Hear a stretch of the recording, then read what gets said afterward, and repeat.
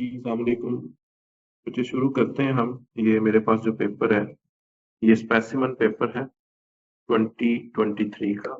और ये specimen paper जो है ये 2023 ऑनवर्ड्स जितने भी एग्जाम हैं जो अभी तक हो रहे हैं और होंगे, उन सब के लिए ये फॉलो किया जाता है। तो हम स्पेसिमन पेपर सॉल्व करेंगे और ये पेपर 2 है। 1 hour 45 मिनट टाइम है। कोशिश करेंगे इसके अंदर वाइंड अप करें। अगर ज्यादा टाइम लग भी गया, नो इशू।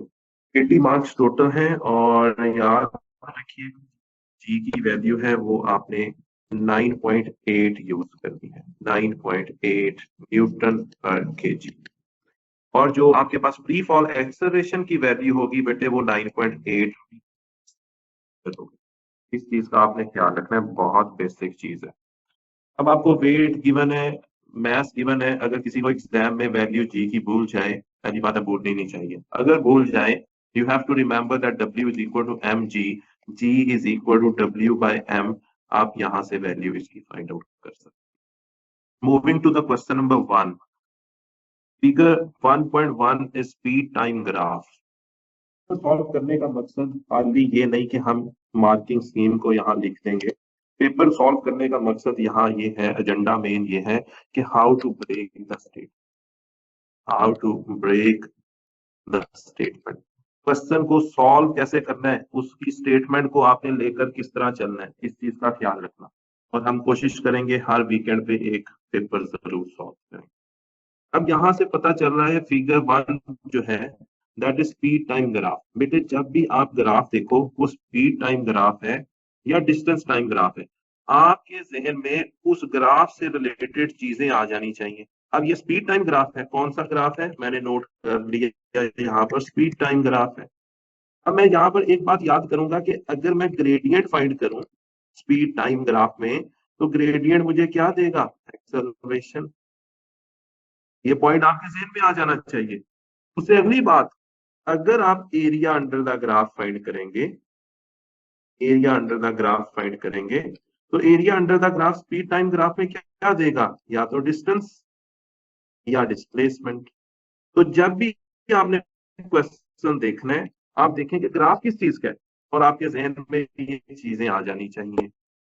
अब ये कर्व्ड ग्राफ है, यहाँ पर कर्व भी है, तो यहाँ पर ग्रेडियंट फाइंड करने के लिए एक चीज और की जरूरत पड़ेगी, वो है टेंजेंट। और आपने जो ग्रेडियंट फाइंड करना है वो टेंजेंट का फाइंड करना है, ये याद रखिएगा अगर कहीं फाइंड करनी भी पड़ जाए। तो moving to the main question, part A part I. On figure 1.1 mark letter X. बेटे इस लेटर के अलावा आपने कोई और नहीं यूज करना। कहां पर, to indicate a point where the rock is moving with constant speed. अब ये कौन सा ग्राफ था, speed time graph. Speed time graph में स्पीड कांस्टेंट कब होगी, जब एक्सेलरेशन जीरो होगा। और एक्सेलरेशन जीरो कहां पर है, जहां पर स्पीड कांस्टेंट है, mean straight line horizontal line होनी चाहिए। वो बेटे मेरे पास यहां से लेकर यहां तक मौजूद। तो मैं यहां कहीं पर भी क्या लिख दूं, एक्स लिख दूं। Next, a letter y to indicate a point where rock is decelerating। अब बेटे यहां पर अगर आप देखें, ये डिसल्वेशन का पॉइंट था। डिसल्वेशन का मतलब क्या है, बच्चे गलत करके आते हैं। मेरी बात को बहुत गौर से सुनिएगा। बच्चे क्या गलती करके आते हैं, बच्चे डिसल्वेशन को समझते हैं नेगेटिव एक्सेलरेशन। बेटे ये गलत है। ये नेगेटिव एक्सेलरेशन डिसल्वेटिंग का नाम है, और रिटार्डेशन ये भी नाम है।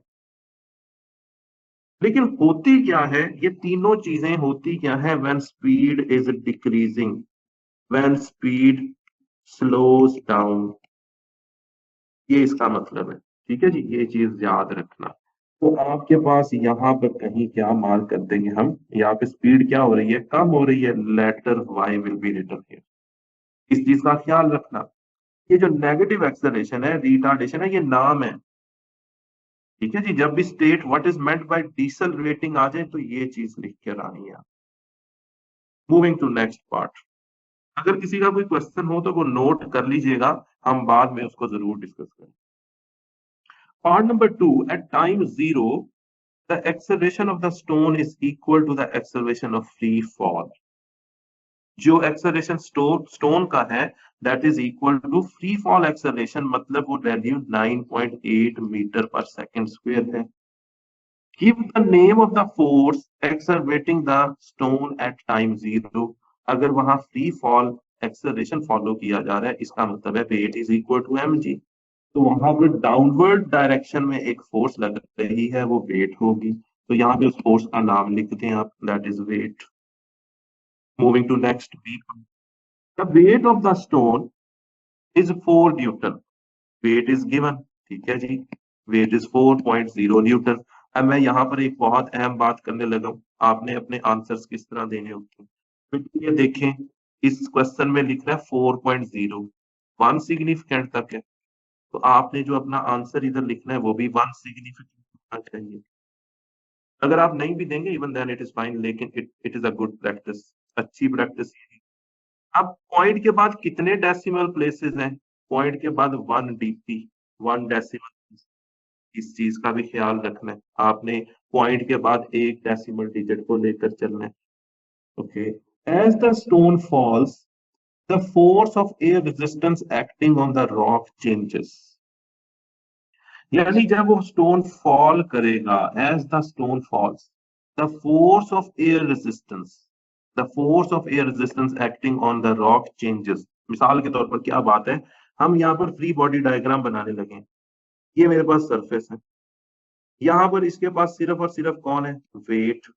जब ये फॉल होने लगा है तो यहाँ पर आकर कहीं दरमियान में इसकी वेट और रेजिस्टेंस इक्वल हो जाएंगे, और उससे पहले यहाँ दरमियान में क्या होगा? रेजिस्टेंस विल इंक्रीज और वेट कांस्टेंट रहेगा। तो यहाँ पे हमसे क्वेश्चन ये पूछता है, state the value of F. F कौन है? गौर से देखें, air resistance at time zero क्या होगी? अभी ऊपर बात हमने की थी कि वो फ्री फॉल एक्सेलरेशन है, वेट ही है उसके पास। फोर्स जो एक्ट होगी यहाँ पर वो कौन है? वेट ही है। Resultant force is zero, resultant force is zero. तो यहाँ पर रेजिस्टेंस भी आप क्या कंसीडर करेंगे? Zero newton. Zero is the force है एट टाइम जीरो, अभी वो यहाँ पर है। Only weight is there, fall होने से थोड़ा सा पहले टाइम की बात हो रही है। चलें आगे, state the value of f at time 10 seconds। 10 seconds, 10 seconds graph पर आ जाएं, यहां आ गए हम। स्पीड इज कांस्टेंट, यहाँ पे क्या पता चल रहा है? Speed is constant. When speed is constant what is acceleration? Acceleration is zero. इसका क्या मतलब हुआ? इसका मतलब हुआ कि ये जो स्टोन फॉल कर रहा था, इसका वेट और एयर रेजिस्टेंस जिसे हम एफ से लिख रहे हैं ये बराबर हो गए। वेट कितना था? 4.0 न्यूटन। तो रेजिस्टेंस भी कितनी होगी? 4.0 Newton.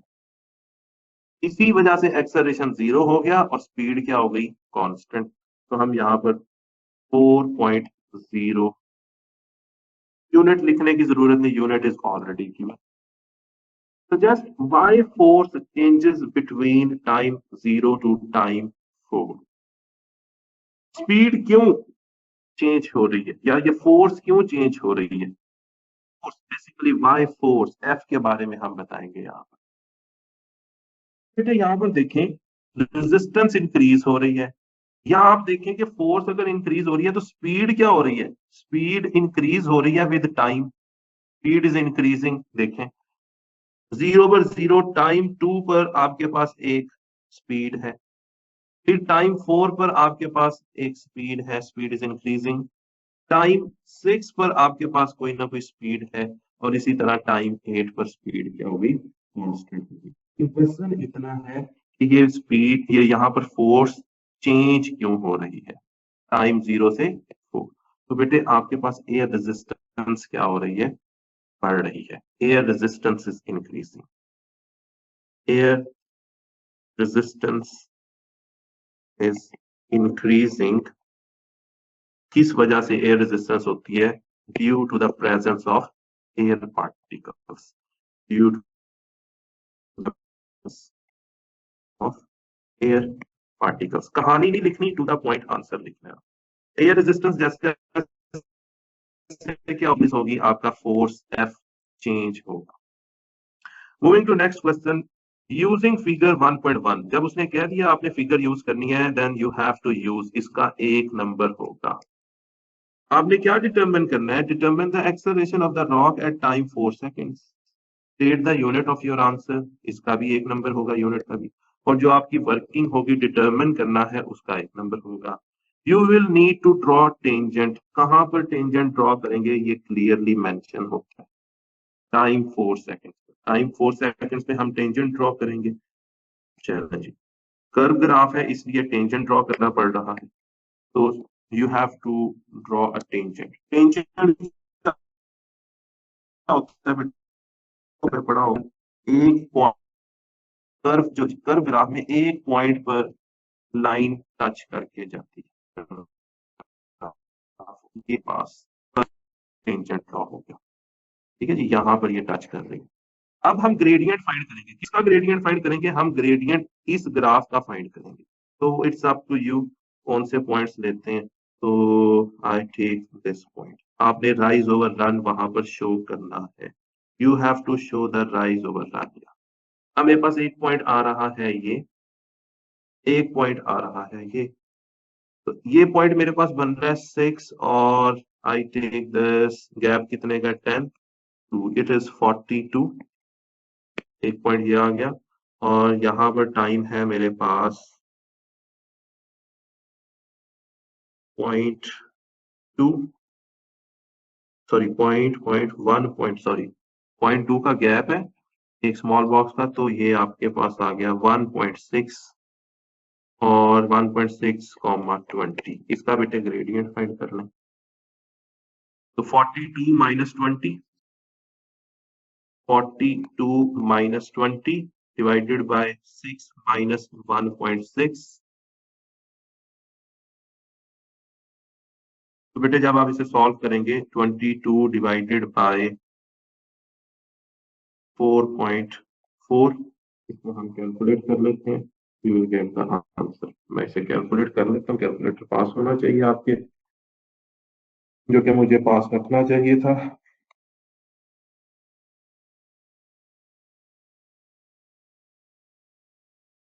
Twenty two divided by 4.4, the answer is 5। तो बेटे 5.0, मैंने कहा क्वेश्चन से देख लीजिएगा एक दफा। और इसका यूनिट क्या होगा? स्पीड इज इन मीटर पर second, time is in second, so acceleration is metre पर second square. We are done with this question. अगर किसी का कोई क्वेश्चन हो तो वो नोट कर ले, हम बाद में डिस्कस कर लेंगे। The mass of the stone is given.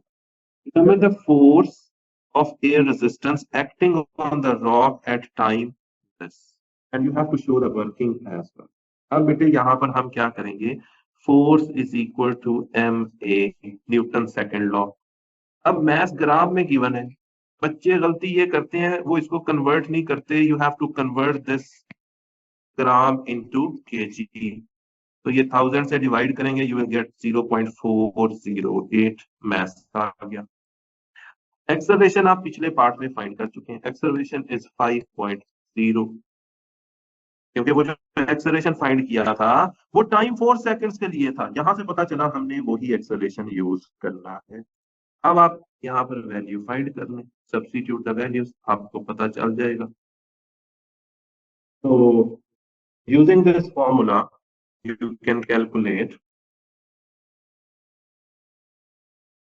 f is equal to 0.408, आप इसे राउंड ऑफ भी कर सकते हैं, multiply by 5.0। If you calculate this f will be 2.04 Newton, which is 2.0 Newton. So we are done with this question. Moving to next part. Next question we are, this was 11 mark question. इतने ज्यादा marks का question हो वहां पर time आप ज्यादा spend करें और उसे अच्छे तरीके से अटेम्प्ट करें। Figure 2.1 shows black car going up a hill on a sunny day. अब यहाँ पर एक ये चीज का ख्याल रखें, आपको क्वेश्चन रीड करते ही पता चल जाना चाहिए कौन से टॉपिक का क्वेश्चन आपसे पूछ रहा है। अगर आप इस चीज का ख्याल नहीं करते, गलती गलती हो सकती है। गलती इस तरह से कि आप सारा क्वेश्चन अटेम्प्ट कर लें और आपको बाद में पता चले ये चीज तो मैंने उस तरह से करनी थी, यहाँ तो ये चीज पूछी जा रही थी, तो इसलिए आपने क्वेश्चंस का ख्याल रखना है कि वो किस टॉपिक से पूछा जा रहा है। Okay, state one way in which the car is gaining thermal energy. अब बेटे यहाँ पे देखें, थर्मल एनर्जी गेन कर रही है car. One way in which car is gaining thermal energy. तो किस तरह से बेटे थर्मल एनर्जी कार गेन करेगी? अब बच्चे यहाँ पर लिख कर आते हैं रेडिएशन फ्रॉम द सन, ये भी ठीक है, ये सबसे बेसिक है क्योंकि आपको सन नजर आ रहा है, हीट। दूसरा, व्हेन कार इज वर्किंग, तो बेटे क्या हो रहा है, इंजन काम कर रहा है यहाँ पर। तो जब इंजन वर्क करेगा वहां पर भी थर्मल एनर्जी प्रोड्यूस होगी, क्योंकि जो इंजन के they are moving, moving of engine parts will create friction. तो इनमें से कोई भी आप ऑप्शन लिख सकते हो। सिंपल इज दैट, जो आप देख भी रहे हैं, दैट हीट फ्रॉम द सन। ठीक है जी, सिंपल, एक मार्क का क्वेश्चन था। One way in which car is losing thermal energy, वो लूज कर रही है एनर्जी कहां से? बेटे हर गाड़ी का एक एग्जॉस्ट है, यहाँ पर क्या हो रहा है, फ्यूल बर्न हो रहा है, फ्यूल इज बर्निंग, और वो फिर क्या करेगा, वो एक स्मोक क्रिएट करेगा जो कि हीट की फॉर्म में क्या हो जाएगा, आउट हो जाएगा। तो यहाँ पर आप सिंपली लिख दें कि heat is lost from the exhaust. तो one way in which car is losing thermal energy, heat is lost to the surrounding, कहां से, from the exhaust of the car. Moving to next, the car accelerates up the hill. Accelerates, speed is increasing, speed increases. ठीक है जी। In addition to increase in thermal energy, there are other energy transfers taking place. भाई thermal energy तो increase हो रही है, इसके addition में, इसके अलावा other energy transfers are also taking place. वो कौन से हैं? Describe the other energy transfer, आपने वो लिखना। अब बेटे जब ये गाड़ी ऊपर मूव कर रही है, एक्सेलरेट कर रही है, गाड़ी का फ्यूल यूज हो रहा है, fuel is expensive in Pakistan, very expensive. तो केमिकल एनर्जी ये जहन में आ जाना चाहिए, chemical energy is decreasing, chemical energy क्या हो रही है, कम हो रही है। अगर केमिकल एनर्जी कम हो रही है तो वो एनर्जी क्या कहाँ चेंज हो रही है, वो इससे ऊपर टॉप ऑफ द हिल लेकर जा रही है। इसका मतलब है potential energy is, potential energy बढ़ रहा है। पोटेंशियल एनर्जी बढ़ रहा है, साथ ही साथ गाड़ी की speed accelerate, speed is increasing, तो काइनेटिक एनर्जी भी क्या होगी, इंक्रीजिंग। ये हम यहाँ पर जवाब दे देंगे उसको। 3 मार्क का था, 3 बातें हम लिख देंगे। क्या होगा, chemical energy will decrease due to which potential energy, height पर जा रही है, पोटेंशियल एनर्जी विल इंक्रीज, आप लिख दें क्यों, as it is going up a hill, नहीं भी लिखेंगे पर एग्जामिनर को पता चल जाएगा। And it is accelerating, so speed, so kinetic energy increases, kinetic energy increases, ये बातें आपने लिख देनी है। एनर्जी ट्रांसफर टेक प्लेस हो गया। Last part of this question, at a point in the motion kinetic energy is given. अब बेटे यूनिट पे गौर कीजिएगा, whenever value is given unit सबसे पहले देखें। Kinetic energy is 90 kilo joules, which means kilo is 1000, like this, और standard form में लिख लें।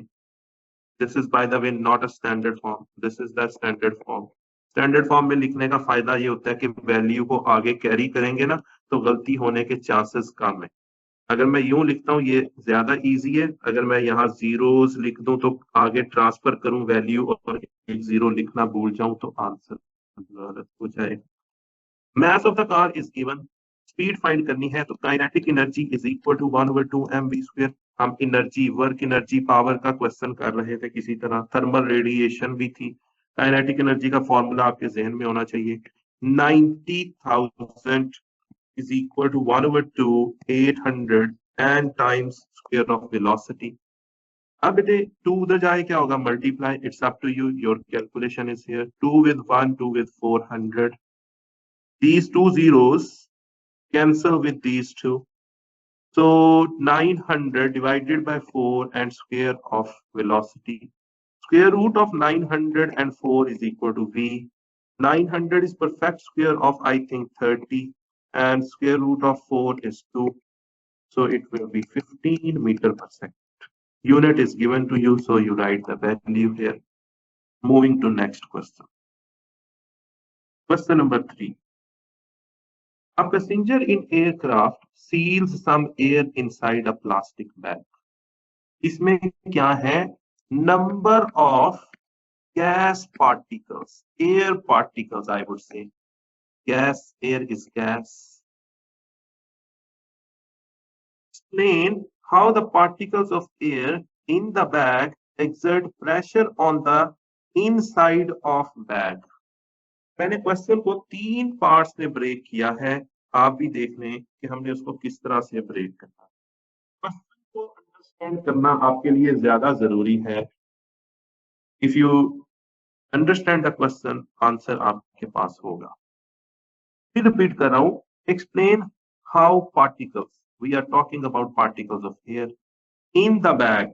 भाई बैग के बाहर भी पार्टिकल्स हैं, atmospheric pressure, but we are not talking about that. इस चीज का ख्याल रखना है, हम उसकी बात नहीं कर रहे। Then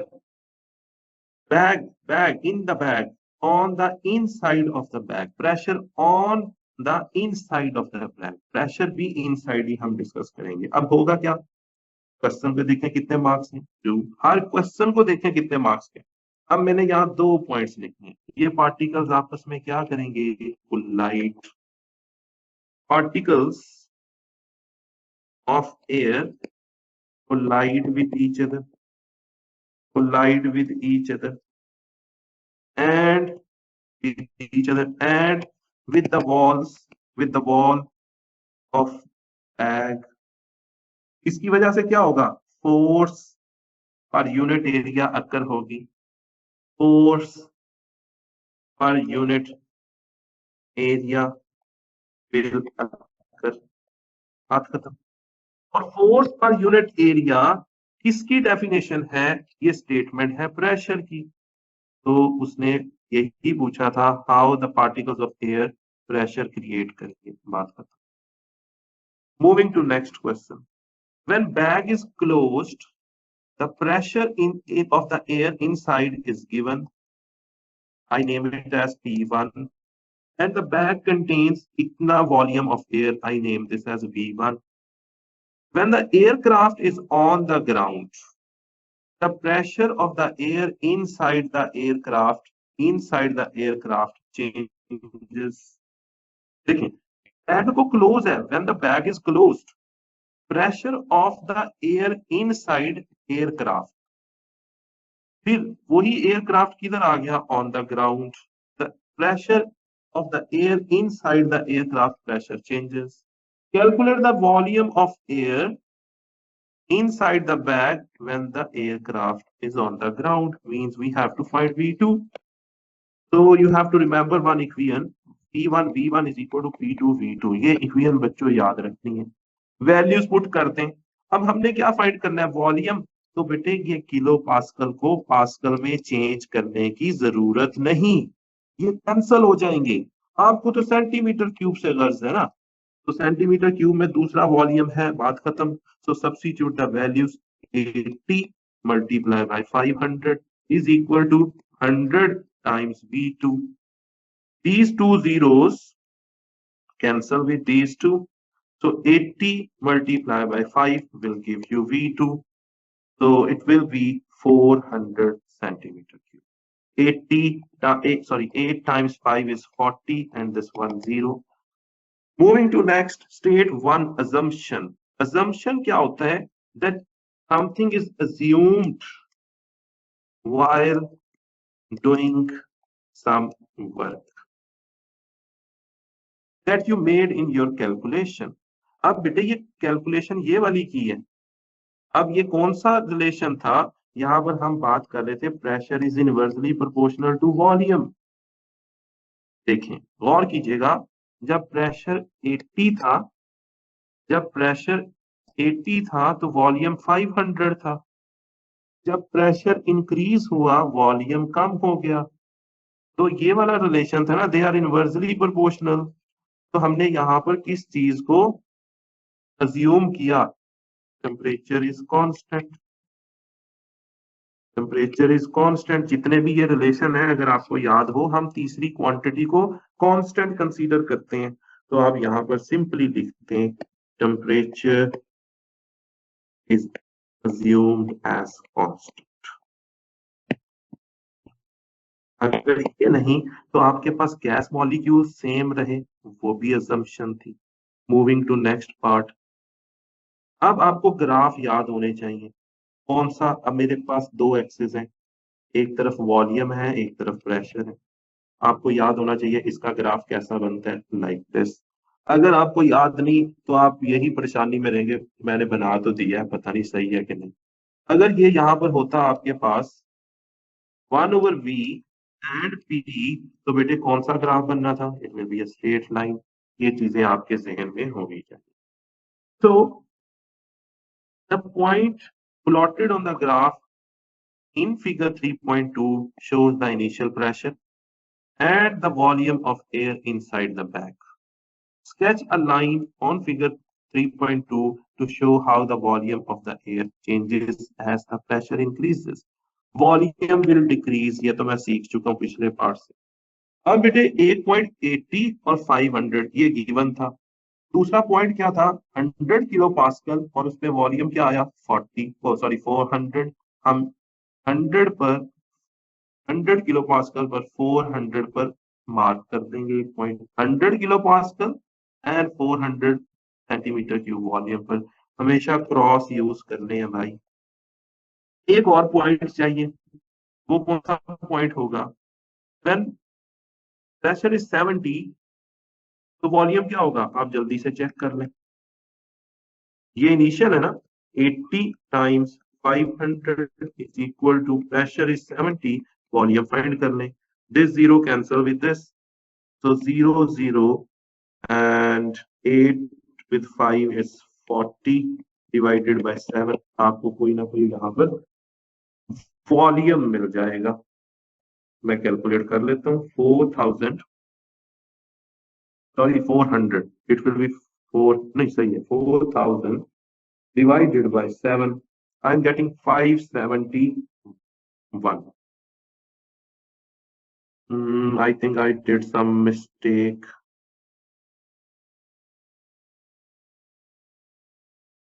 I did some mistake। नहीं सही है, 571। somewhere here I am getting 500, this 50 60 71। तो बेटे ये आपके पास क्या बन जाएगा, एक स्मूथ कर्व बना देंगे आप।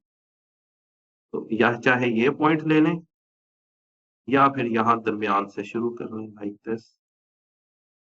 ये आपके पास ग्राफ बने, तो ये आपने यहाँ पर बनाना है, दिस टाइप ऑफ ग्राफ।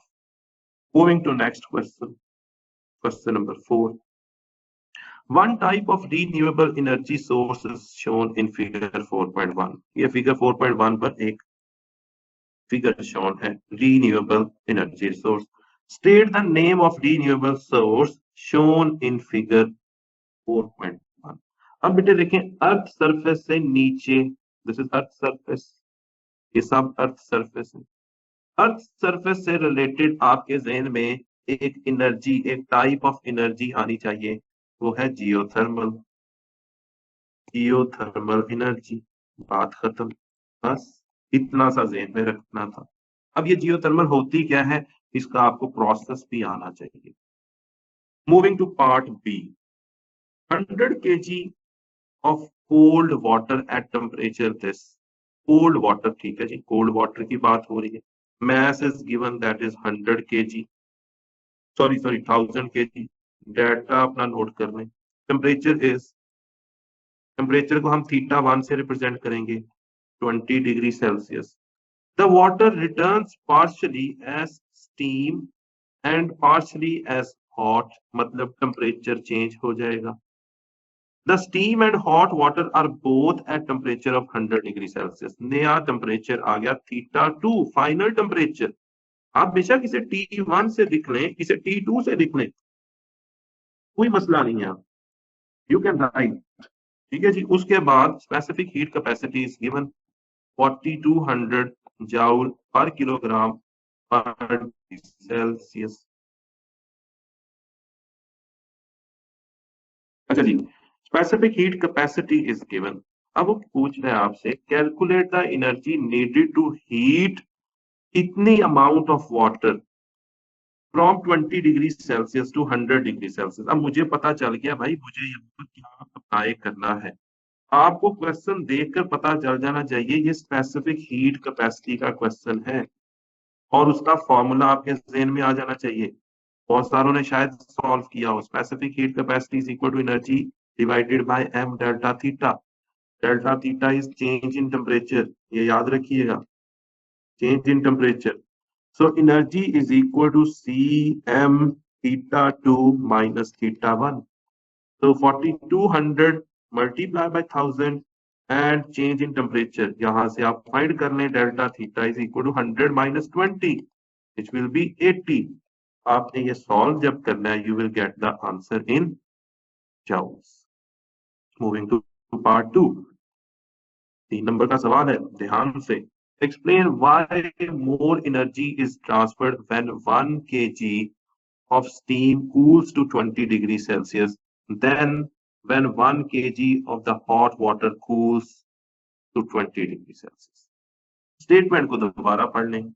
पूछ रहा है why more energy is transferred when 1 kg of steam, steam means high temperature, cools यानी हाई टेम्परेचर से लो टेम्परेचर आ रहे हैं। एक बात, then when 1 kg of hot water cools to 20 degree Celsius.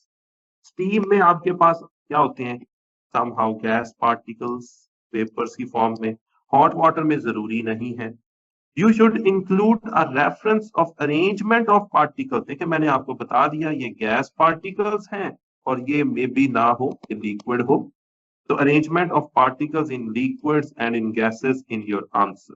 अब आपने यहाँ पर जहन में रखना है कि पहले तो स्टेट चेंज कौन सी हो रही है। जब आप यहां से स्टीम से 20 डिग्री सेल्सियस पर आएंगे तो you are coming from gas to liquid. ये कौन सी स्टेट होती है, कंडेंसेशन।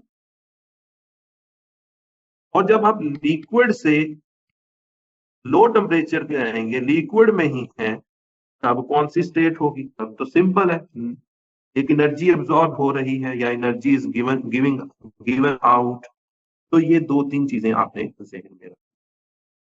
तो एक तो स्टेट चेंज लिखें, when steam cools to 20 degrees Celsius, the gas particles change to liquid particles। उसके बाद आपके पास यहाँ पर ये प्रोसेस का नाम भी मेंशन कर दें, प्रोसेस कौन सा हुआ। ठीक है जी। और यहाँ पर जब स्टेट चेंज होती है ना, इसे हम बोलते हैं लेटेंट हीट। आपके सिलेबस में सिर्फ इतना है, इसकी डेफिनेशन आनी चाहिए। और वो क्या कहती है, चेंज इन स्टेट होती है। एनर्जी दें तो स्टेट इन चेंज, बस चेंज इन स्टेट या स्टेट चेंज होती है, बस इतना सिलेबस में। Latent heat of vaporization, latent heat of fusion, वो हमारे सिलेबस में नहीं।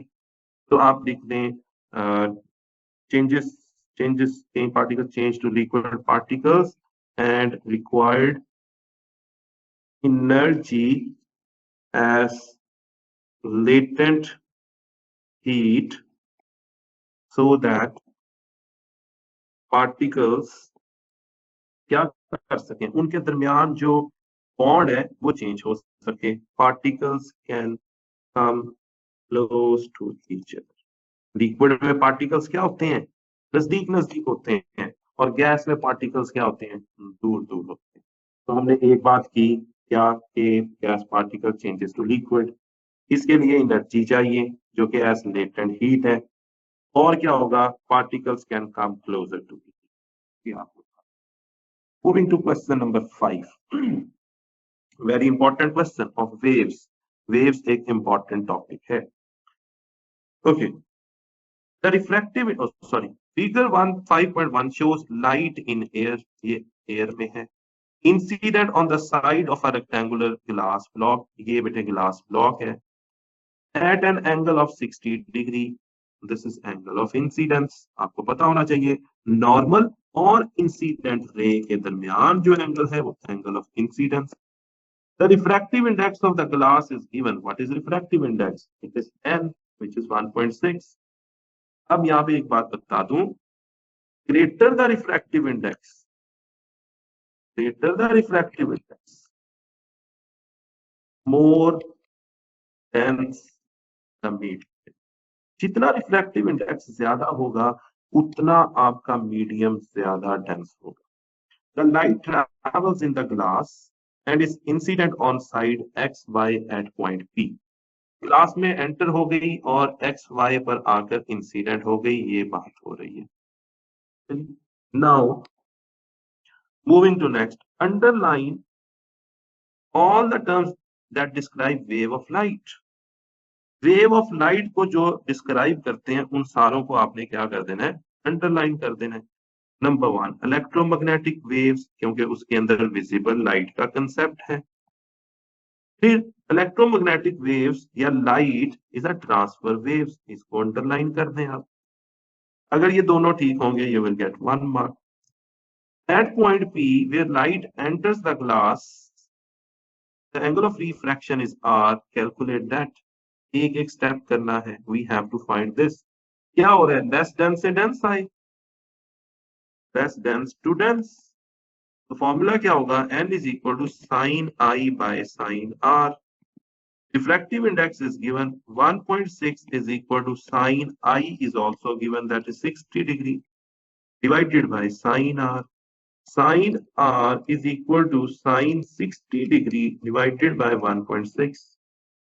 अब बेटे जो इसका आंसर आएगा कैलकुलेट करके, ख्याल रखना बहुत सारे बच्चों को पता नहीं चलता, उनका कैलकुलेटर रेडियन में सेट हुआ होता है, तो प्लीज डिग्री में सेट कीजिएगा, डिग्री में सेट कीजिएगा। जो आंसर आएगा उसका साइन इनवर्स ले लें, you will get R. Moving to C part I, calculate the critical angle, इसकी डेफिनेशन आनी चाहिए। हम कोई ऐसा पेपर नेक्स्ट टाइम करेंगे जिसमें शायद क्रिटिकल एंगल की डेफिनेशन भी आए। For light travelling in the block, so n is equal to 1/sin c, ये आपने फॉर्मूला जेन में रखना है, और you can directly use sin c is equal to 1/m। Values put करें, sin c is equal to 1/1.6, c is equal to sine inverse 1/1.6। इसका answer निकालें, उसका साइन इनवर्स ले लें। Moving to part 2, at P, the angle theta between the ray and the normal is given.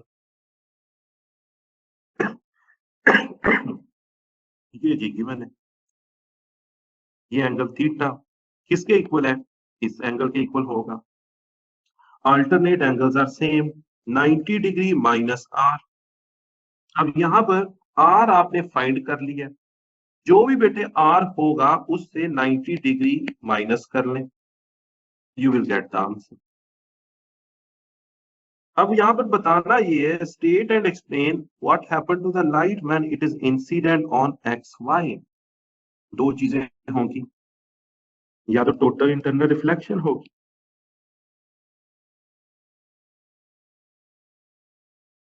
या क्या होगा, only refraction. अब मुझे ये कैलकुलेट कर लेने चाहिए, फिर मैं डिसाइड करूंगा। अच्छा जी, R is 33 degree, then critical angle is 39 degree. अब हमने फाइंड ये करना है कि यहाँ पर कौन सा प्रोसेस होगा।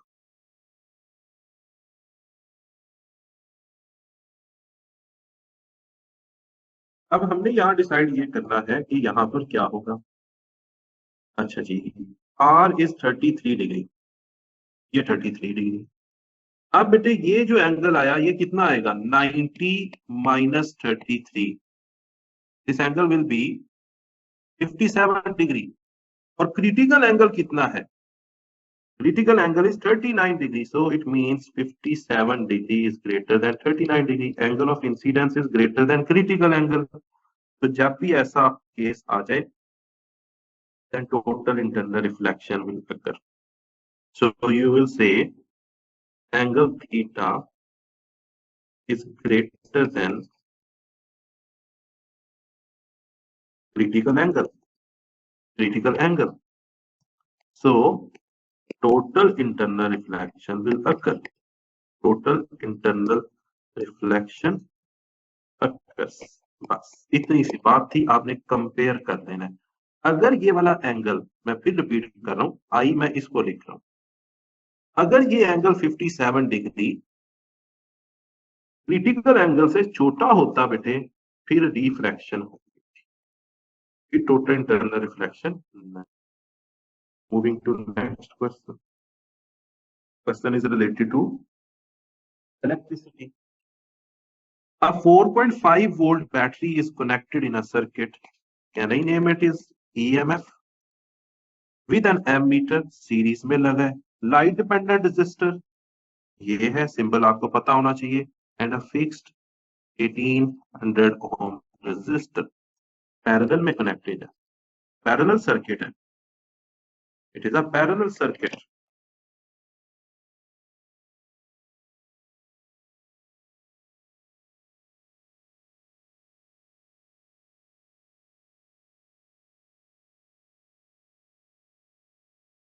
अब बेटे वो कह रहे हैं लाइट सर्किट डायग्राम शोन है, light incident on LDR causes its resistance to be 9000. LDR की जो रेजिस्टेंस है वो 9000 ओम्स होगी। Calculate the total resistance of the circuit. मैंने अभी बताया ये पैरेलल सर्किट है, तो पैरेलल में हम टोटल रेजिस्टेंस फाइंड करेंगे, 1/R total is equal to 1/R1 plus 1/R2. I name this as R1, I name this as R2. अब हम क्या करेंगे, I can write this 1/R2 total is equal to 1/1800 plus 1/9000. अब बेटे solve करें इसे, लेकिन याद रखें हमने ये चीज फाइंड करनी है। अब जब ये चीज फाइंड करनी है तो रेसिप्रोकल भी लेना होगा, ये जहन में आ जाना चाहिए। Let's see, I am doing 1/R total is equal to 1 divided by 1800. The value I am getting is 0.00055. इससे आसान तरीका भी है, why I am doing like this, ताकि हर बच्चा इसको आसानी से कर सके। 1 divided by 9000. This is 0.00011. बेटे मैं इनको ऐड कर दूंगा, 1/R total is equal to, if I add them, this will be 0.000 and 66. मैंने अभी बताया मैंने ये चीज फाइंड करनी है। अब can I do cross multiplication, ये तो ये चीज है ना, ये उधर ले जाएं उसको इधर ले आए, R total will be equal to 1 divided by 0.0066, क्योंकि हम टोटल रेजिस्टेंस फाइंड करना चाह रहे हैं, we are not interested in finding the reciprocal of total resistance. अक्सर बच्चे ये फाइंड करके चले जाते हैं, ये तो गलत है, आपने तो ये ग्रीन हाईलाइटेड पार्ट फाइंड करना है। This answer will be 1 divided by 0.006. This is 1515.15 ohms. आप इसे 1500 ohms भी लिख सकते हैं, आप इसे 1510 भी लिख सकते हैं। You can round this value. क्यों कर सकते हैं, इसका आंसर ये है, ये भी 1800 था, इन टर्म्स ऑफ हंड्रेड्स ये 9000, इसको आप चेंज कर सकते हैं। अगर बच्चे ये लिखकर आएंगे वो भी करेक्ट है। अच्छा जी, नेक्स्ट वो कह रहा है the reading on the ammeter. अब आपको टोटल रेजिस्टेंस मिल गई, आपको टोटल वोल्टेज भी पता है बैटरी के, तो I is equal to V R. Ohm's law को यूज करेंगे, V is equal to I R, I is equal to V by are.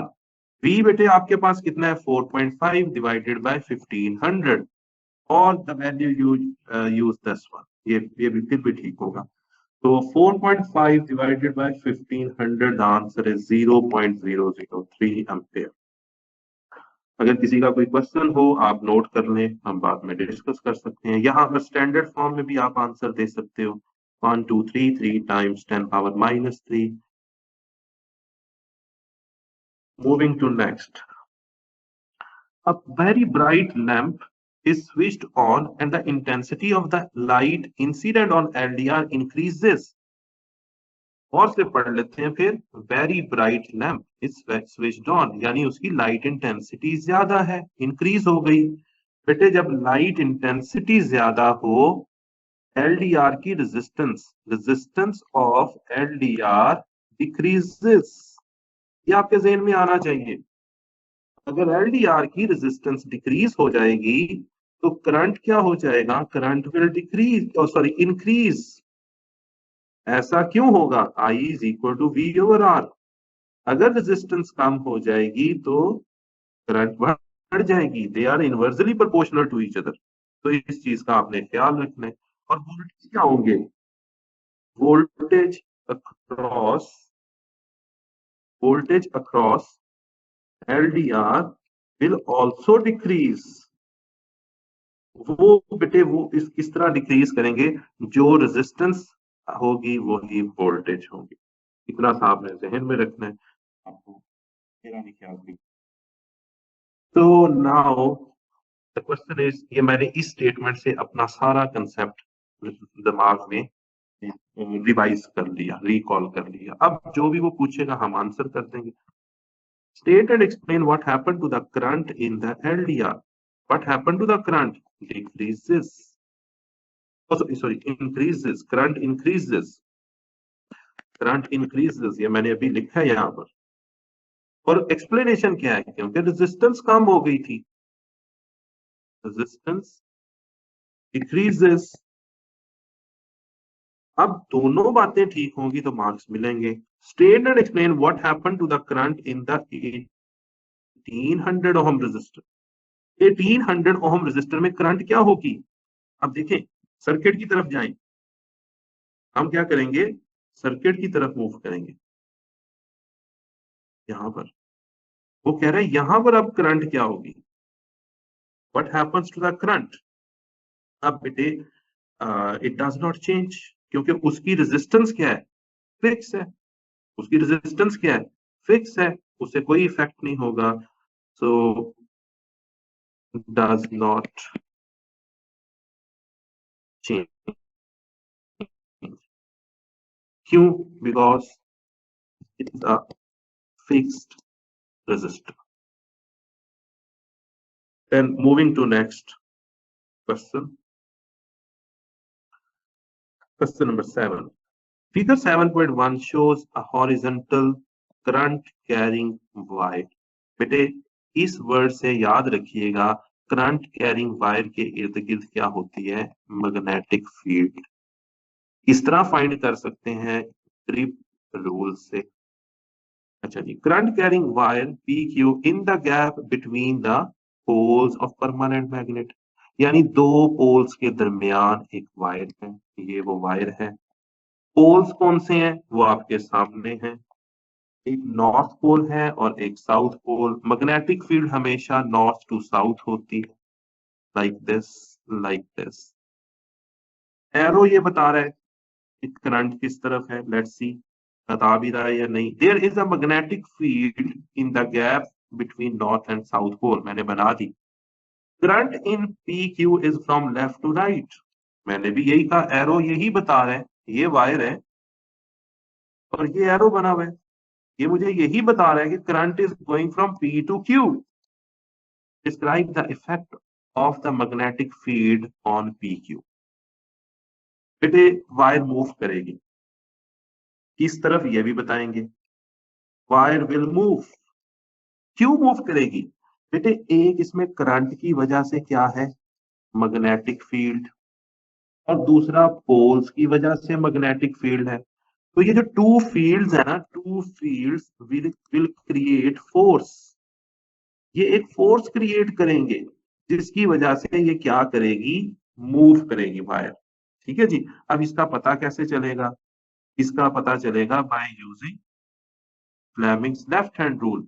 लेकिन हमने यहाँ ये बताना है, describe the effect of magnetic field on P Q. ठीक है जी। तो मैं यहाँ पर सिंपली ये लिखूंगा, wire will move due to the force,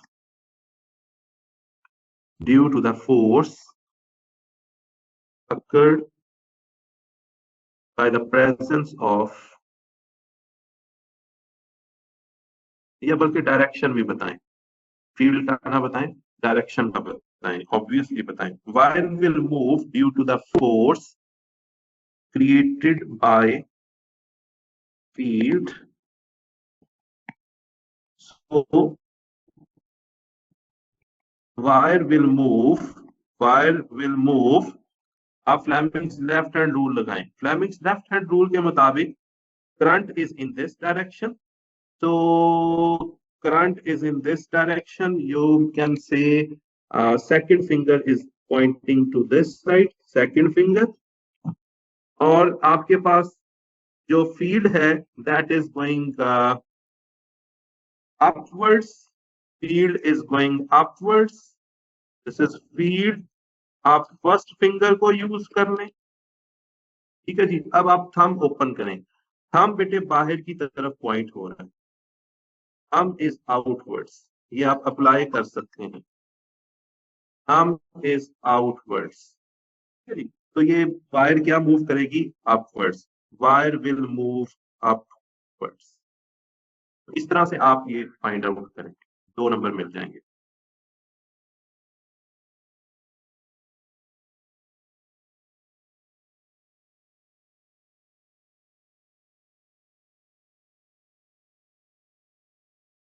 Question number part 2, state the effect of PQ, oh sorry, on PQ of increasing the strength of magnetic field in the gap.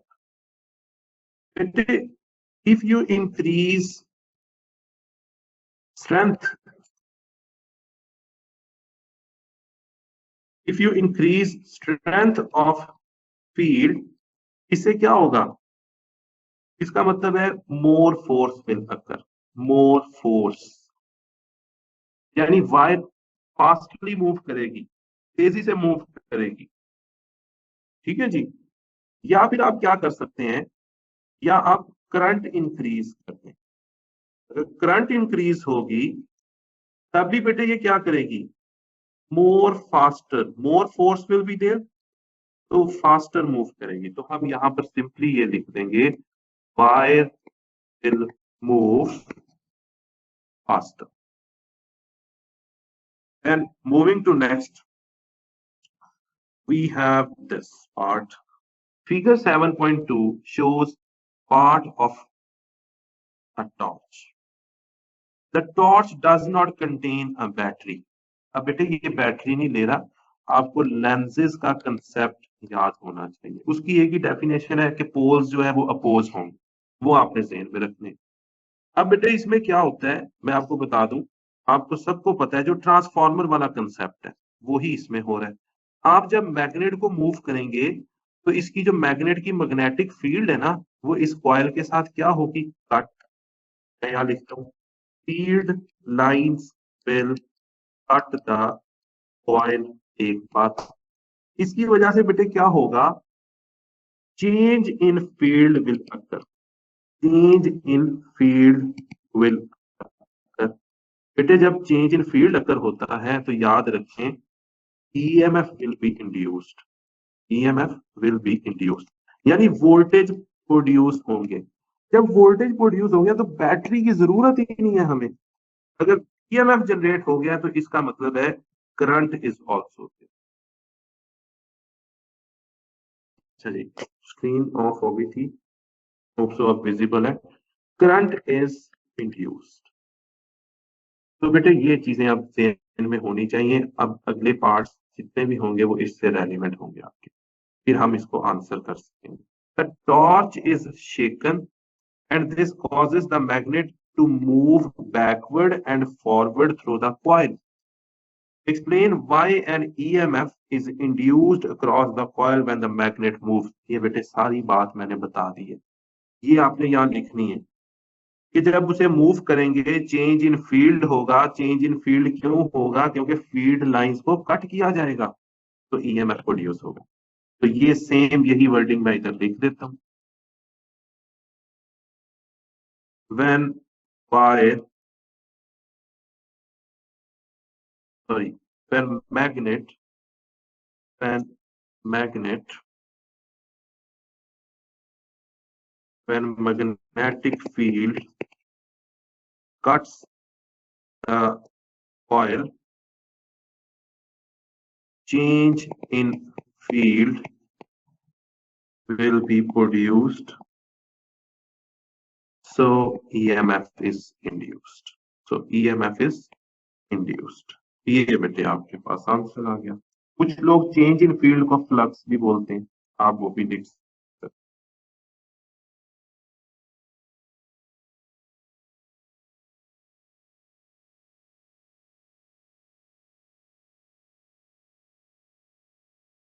Okay.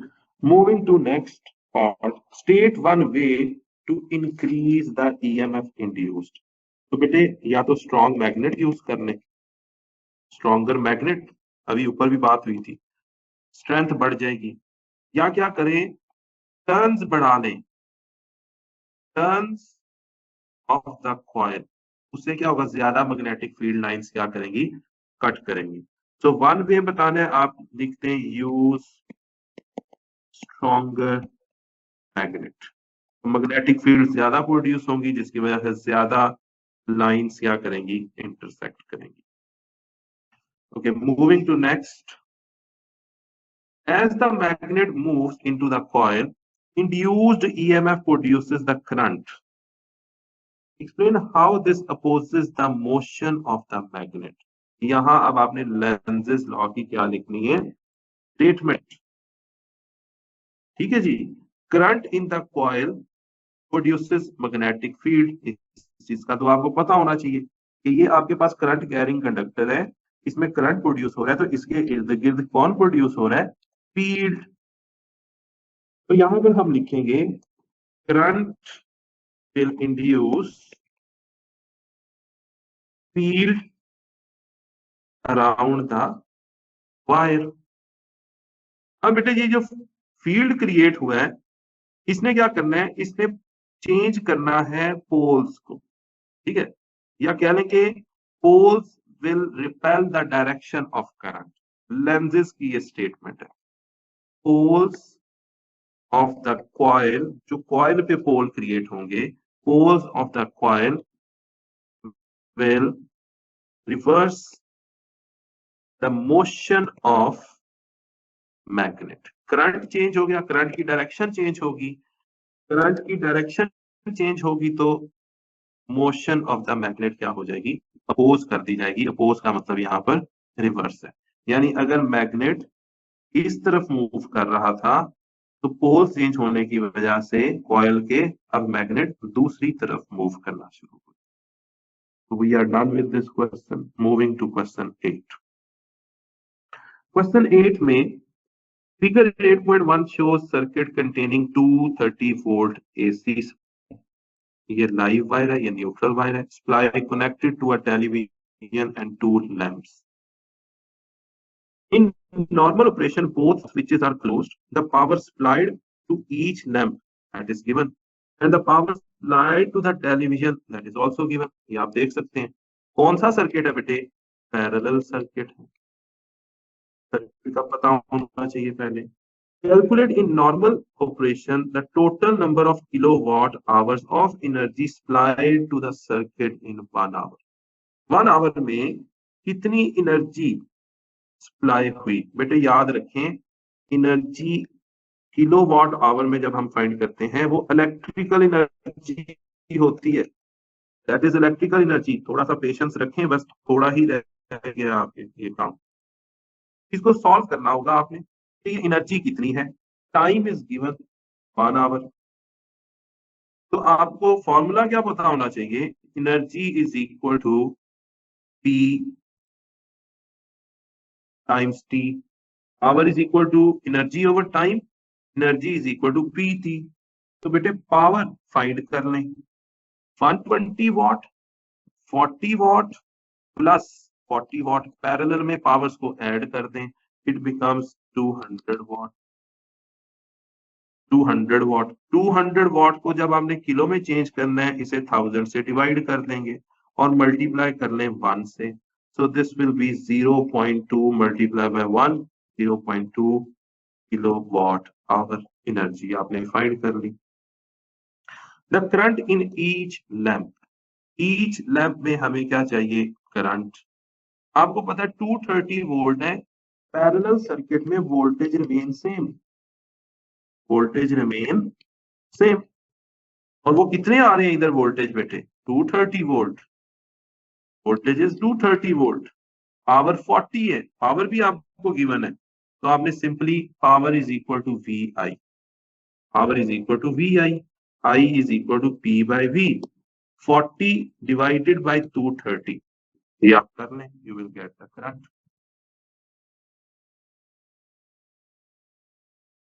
Then B part. Explain why the switches are placed in live wire, not in the neutral wire. बेटे खाली switch ही नहीं place किए जाते, याद रखें fuse को भी हम लाइव वायर के साथ ही कनेक्ट करते हैं, ताकि आप क्या कर सकें, सर्किट को कंट्रोल कर सकें, स्विच ऑन एंड ऑफ कर सकें। तो एक तो ये रीजन है। दूसरा, जब आपको जरूरत नहीं है सर्किट की, आप उसे ऑफ कर। To switch off the circuit completely when not to be used. अगर आप न्यूट्रल वायर में लगाएंगे तब उसको आप ऑफ नहीं कर, ऑफ तो चलें कर देंगे, लेकिन करंट जो है वो आपके हर कंपोनेंट में से पास होगी। Then we have next question, state one advantage of connecting two lamps in parallel circuit. बेटे पैरेलल सर्किट में अगर एक लैंप खराब भी हो जाए, means current is flowing like this, कि अगर खराब भी हो जाए तो करंट इसमें से तो पास हो रही है ना, तो this will keep on working. If one lamp flows the other will keep working, will keep working, ये आप एडवांटेज लिख सकते हैं। Then moving to next question, question number 9. Figure 9.1 shows the main parts of the nuclear reactor. आपको nuclear reactor का पता होना चाहिए, उसमें आप ये सारा प्रोसेस न्यूक्लियर फियन में क्या होता है, that occurs in the fuel rod, वो आपने सारा एक्सप्लेन करना है। Your description should include role of neutrons, ये जरूर शामिल करें। अगर ये न्यूट्रॉन का जिक्र नहीं होगा, you will gate deduction of 1 mark. मैं यहाँ पे एक डायग्राम बनाता हूँ। ये बेटे क्या है, न्यूट्रॉन, ये आगे किससे हिट होगा, यूरेनियम 235 से, it will hit to uranium 235। जब बेटे ये हिट होगा, फियन में क्या होता है, स्प्लिटिंग, ये बेटे ब्रेक हो जाएगा, इसमें 2 स्मॉलर न्यूक्लियाई एटम्स में। ये सारी जो बात बता रहा हूँ ये लिखनी है। जब ये ब्रेक होगा, इसके साथ ही साथ PN fragments will be there, PN fragments are produced, और साथ ही साथ न्यूट्रॉन्स भी प्रोड्यूस होंगे। न्यूट्रॉन्स जो फिर फर्दर इनसे कोलाइड करेंगे, 2 फियन न्यूट्रॉन्स हम इनको बोलेंगे, स्मॉलर न्यूट्रॉन्स। अब बेटे ये फिर फर्दर क्या हो जाएगी, ब्रेकिंग होगी, ये इस तरह से चेन रिएक्शन चल पड़ेगा, और यही सारा आपने प्रोसेस न्यूक्लियर फियन का एक्सप्लेन करना है। that occurs in the fuel rods. तो ये होप सो आप लिख लेंगे, तीन मार्क्स का ये है। एक आपने न्यूट्रॉन विल हिट यूरेनियम 235, उसके बाद ब्रेकिंग होगी किसमें, 2 और मोर, आपने सही प्रॉपर लिखना, मैंने एक्सप्लेन कर दिया। उसके बाद फिर फर्दर ये चलता जाएगा और चेन रिएक्शन सेटअप हो जाए। ये वर्डिंग आपको याद होनी चाहिए। अब यहाँ पे पूछ रहा है explain what happens as control rod is moved out of the reactor. Control rod में बेटे बोरॉन होता है, बोरॉन अब्सॉर्ब करता है न्यूट्रॉन्स को, बोरॉन अब्सॉर्ब द न्यूट्रॉन। अगर मैंने कंट्रोल रॉड ही निकाल दिए तो न्यूट्रॉन अब्सॉर्ब नहीं होंगे, रिएक्शन क्या होगा, fast, reaction will be faster. ठीक है जी, ज्यादा वर्किंग की जाएगी अब। तो ये आपने यहाँ पर मेंशन करना है। ये जो इसका नेक्स्ट पार्ट है यहाँ पर एक्सप्लेन व्हाट हैपेंस, तो ये मैंने आपको बताया कि क्या होगा, रिएक्शन विल बी फास्ट।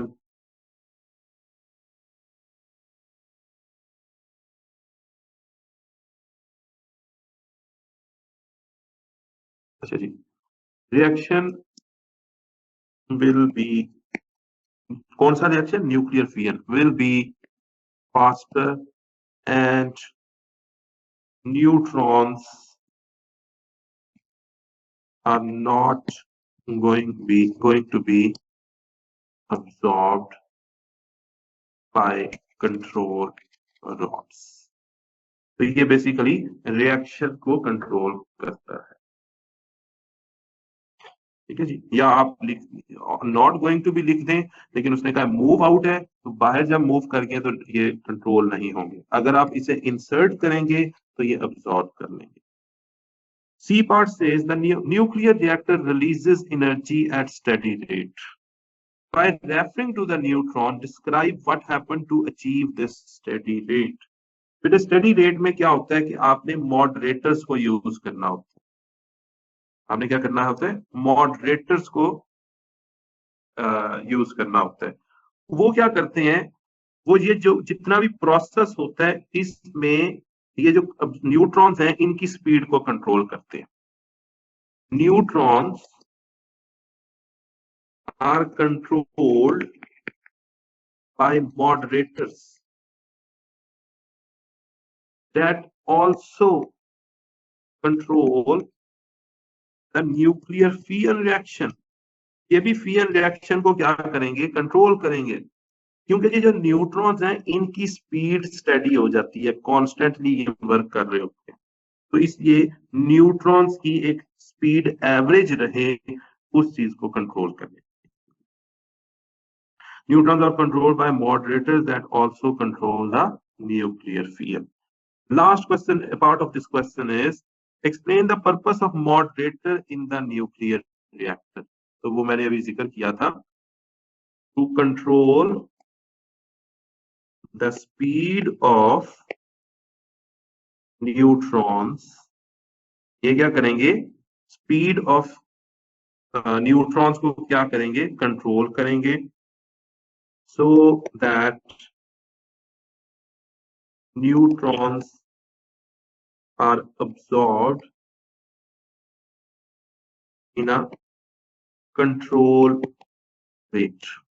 ये कंट्रोल रेट से क्या किए जाएं, अब्सॉर्ब, किससे, बाय कंट्रोल रॉड्स। तो कंट्रोल रॉड्स का अगर जिक्र नहीं भी करेंगे, even then it is fine. Okay, moving to next, I think one question is left.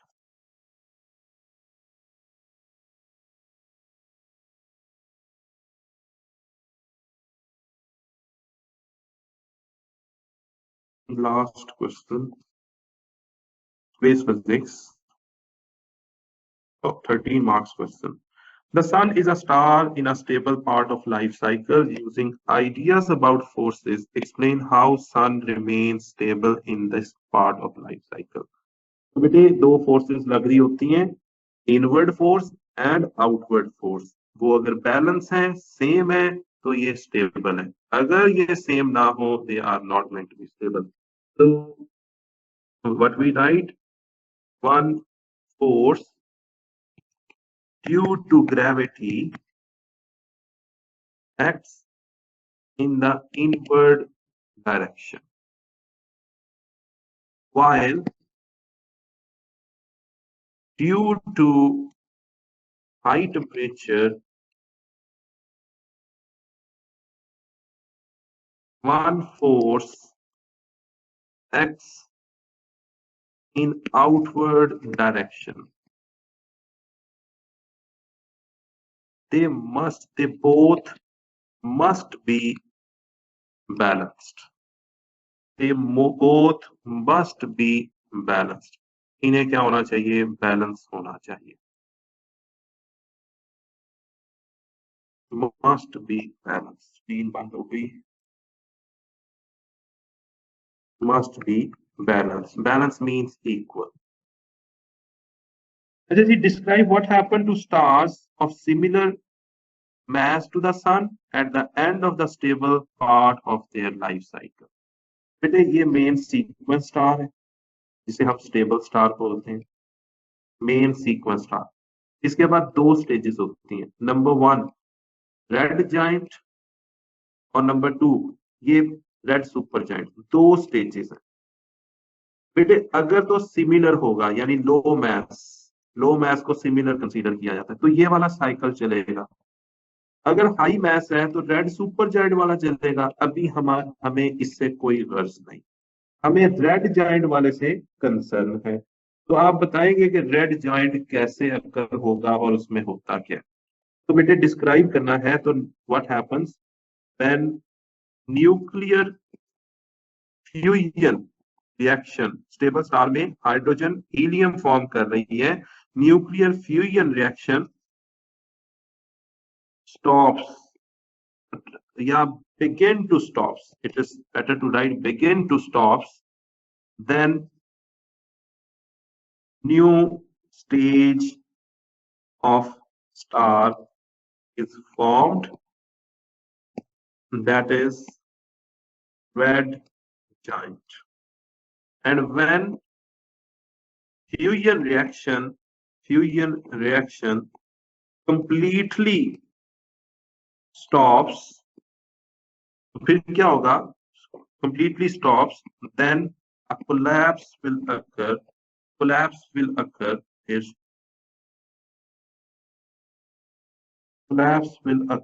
एक मिनट जी. Hope so the screen is visible. Collapse will occur and it changes to white dwarf. It changes to white dwarf. And changes to white dwarf. चलो जी ये हो गया. अब screen as of.